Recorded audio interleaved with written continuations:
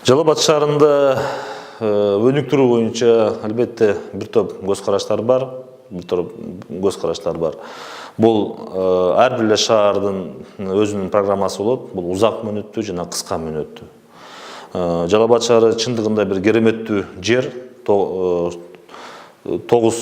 тоомдо жайгашкан, геологиялык жанагы жайгашуусу боюнча абдан уникалдуу жер, шаар болуп эсептелинет. Биринчи эле Жалал Абад шаарын өнүктүрүү боюнча бул туризмди тартуу потенциалы абдан чоң. Анткени билесиздер, биздин кайталангыс ушул жер алдынан чыккан дарлык касиетке болгон Жалал Абад курорту бар.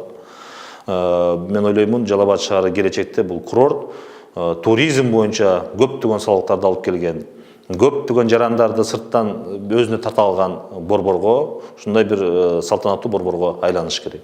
Ал үчүн биз тез арада курорттун ошол инфраструктурасын, ал жердеги келген туристтерди, ички туристтерди, сырттан келген туристтерди камсыз кыла турган, заманбап шартка ылайыкташкан, заманбап тейлөөгө ылайыкташкан биздин ушул атайын мындай жатаканаларды, инфраструктуралардын оңдоо иштери, дарылоо корпустарын кайтадан биз ушул оңдоп чыгышыбыз керек.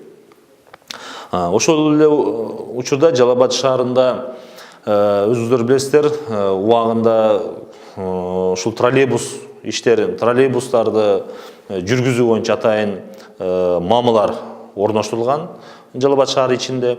Мына ушул нерсени ишке ашырып, биз ушул Жалал Абад шаарында троллейбустарды жүргүзүү иштерин баштасак, мен ойлоймун, бул да Жалал Абад шаарындагы бир топ жол тыгындарга багы бөгөт коюучу биздин бир аракеттерибиздин бири болмок. Жалал Абад шаары республикада 3-чү шаар болгону менен, албетте биз дагы бул бир Жалал Абад шаарына ТЭЦ куруу, заманбап ТЭЦ, акыркы ушул технологиялар менен биз ушу ТЭЦ куруу иштерин башташыбыз керек. Шаардын калкын ысык суу менен, шаардын калкын ушул жылуулук менен камсыздоо, заманбап камсыздоо иштерин жүргүзүшүбүз керек. Бул дагы биздин ушул бир узак мөөнөттүү программалардын ичине камтылат бул.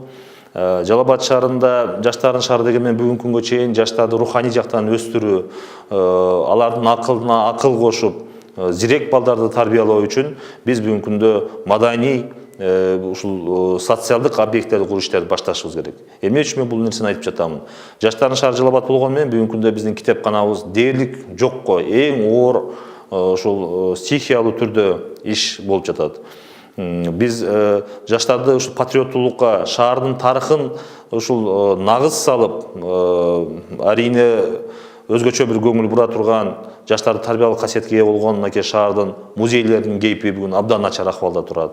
Китепканалардын жоктугу, шаарда мынакей жаштарды баягы сүрөт галереялар мисалы үчүн жок болуп тургандыгы, балерина, ушуну театралдык жанагы борборлорубузду, театралдык жана руханий жанагы маданий иш-чараларды мындай ишке ашыра турган бир топ борборлордун алсыздыгы, кинотеатрлардын мынакей жок болуп бараткандыгы менчикке өтүп абдан өкүндүрөт. Биз мына ушул нерселерди колубузга алып туруп, бул нерселерге өзгөчө көңүл бурушубуз керек.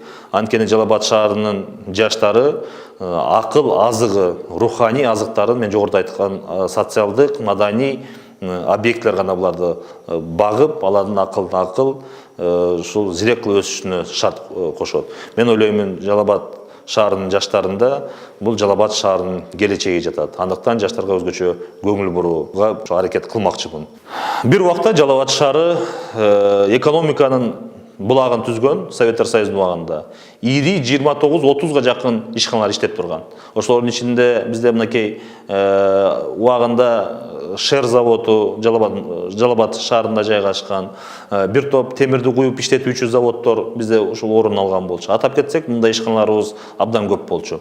Бул бир гана шаардын экономикасына эмес, балким ошол убакта республиканын экономикасына, республиканын бюджетине ири мындай байлыктарды, ири мындай салымдарын кошуп турган ишканалар болчу. Тилекке каршы бүгүнкү күндө менчиктештирүү саясатынан кийин бир топ ушу эгемендүүлүк жылдарыбызда биз Жалал Абад шаарында ири ишканаларыбызды мындай жоготконго же болбосо иштебей токтоп калышына алып келдик. Жалал Абад шаарынын узак мөөнөттүү программалардын биринде биз тез арада бүгүнкү күндө Евразэстин алкагында чоң базарлар ачылып турганда Жалал Абад шаары бир гана чакан жана орто бизнеске гана ылайыкташып, аны Жалал Абад шаарынын келечеги мына ушул чакан жана орто бизнеске гана байлабастан мурунку ушул иштеп турган ири заводдорду биз жандандырып, кайтадан биз республикадагы эң локомотив болгон ушу өнөр жай шаарларына биз айланышыбыз керек. Өнөр жай ишканаларды калыбына келтирүү үчүн буга мамлекет да жана жеке биз ишкерлерди, инвестицияларды тартып, жагымдуу шарттарды аша чапкан текшерүүлөрдөн жана салык жактан атайын биз жеңилдиктерди киргизүү менен ишканаларды тез калыбына келтиришибиз керек. Өнүгүү прогресс, натыйжа көрсөтөбүз.